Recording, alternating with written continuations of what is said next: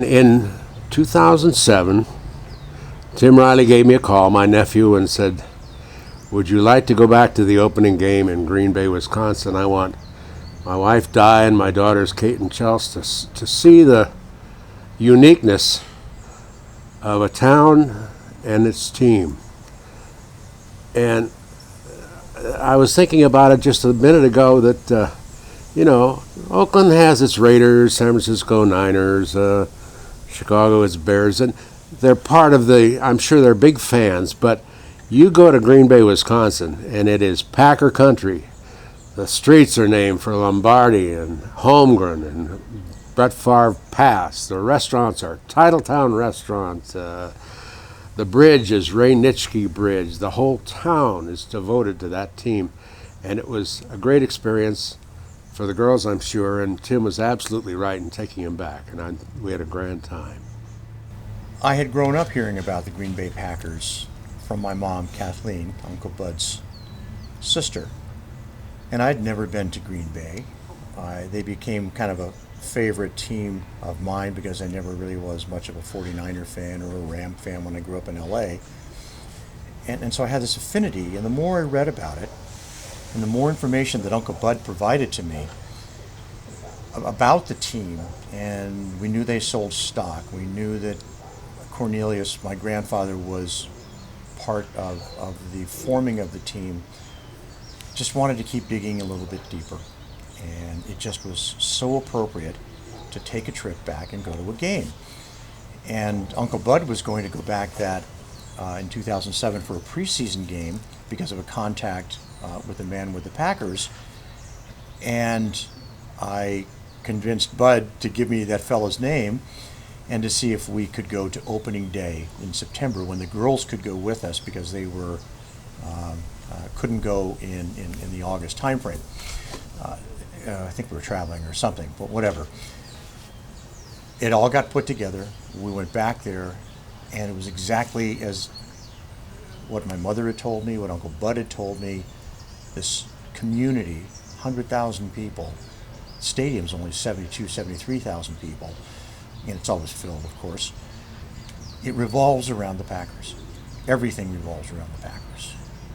Not only the street names and the restaurants, Jerry Kramer Steakhouse and Titletown this. Everybody has a little business that's associated with the Packers in some respects. I remember reading an article I think Uncle Bud sent to me that they even changed Sunday morning mass to 6 o'clock in the morning from 7:30 so people could get ready for the football game. So the whole town lived and breathed the 49ers, and they were, the Packers, and they were the fabric. The town was the fabric that made the team successful. And Uncle Bud's passion to learn more about Cornelius and his role was only peaked more when we went back to the Hall of Fame and spoke with people and went through more articles. And it's led to kind of a family passion that Bud is pursued within all of our family now. That Cornelius has a place in their history, whether they want to admit it or not. But it was this burning desire. And I must say, my wife Diana said, "We need to do this. We need to go back and do this because it's so important to your family to do it." So we had the time of our lives back there. We want to go back. Di? Well, when I met and married Tim, I knew that he came from a very lovely family. Tim has a saying that you don't just marry a person, you marry a family, and it's true. And I fell in love with Tim and his family, and in wanting to know more about his family, I heard the story of Grandpa Cornelius and the Green Bay Packers, and it was a delightful story. And when Uncle Bud suggested throughout that he might go back, we tried to hitch our wagon onto his star and go back with them. And we were successful, and we got to go, which, in Chelsea's words, made her life complete. What we found when we went back there were the nicest people. The only other place I can think of where people are that nice are from Ireland. and the nicest people in Wisconsin, the most beautiful, clean community you've ever seen. And they literally bleed green and gold, green and yellow. These people are loyal, just like the family I married into. And we had the time of our lives. Aaron Popke was delightful and generous with his time and showed us around. We enjoyed the game. They won, which was just amazing that we got to go back and see the first game and they won. It was one of the highlights of our lives. We all dream about going back and taking the rest of the family with us. Uncle Bud, when we were there and walking through the Hall of Fame, noticed that they were very light on the years that Cornelius was the business manager for the team. So the years 1919 and 1920 were kind of skipped over. They didn't have much memorabilia. They may have had a jersey, they may have had a trophy, but they didn't have much of real important history, as it turns out. So Uncle Bud came back and went on a mission to get more prominence for his father in the Hall of Fame and in a little restaurant called the Acme Grill or the Packing Grill. And maybe you should tell a story, Bud, about how you contacted them and what they've actually done as a result of your efforts.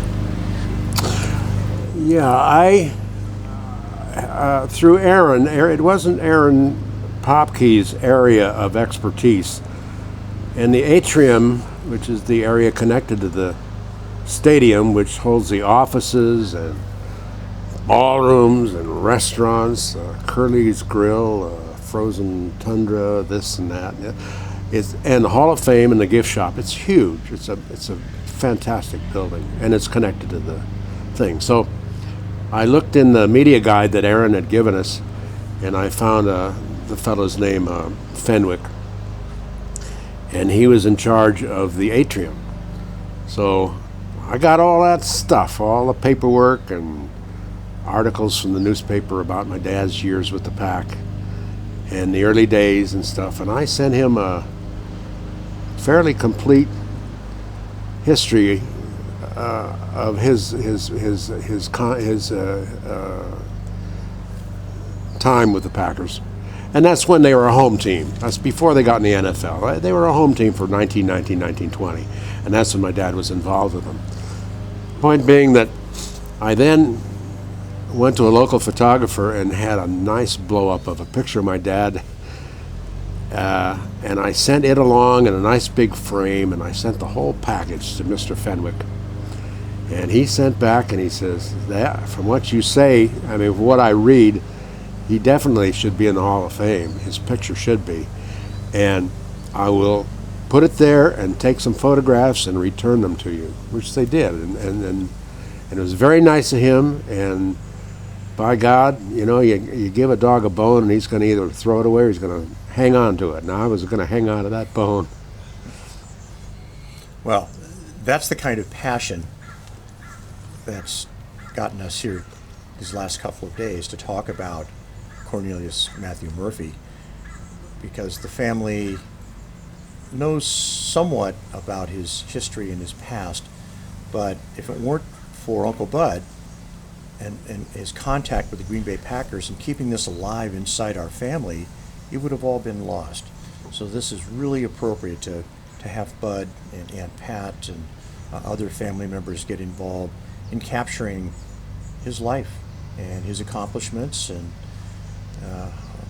my only regret is I didn't get to know him more than 1 year of my own life. So thank you for putting this together, Uncle Bud. Thanks, Uncle Bud. No, you're quite welcome. Thank you.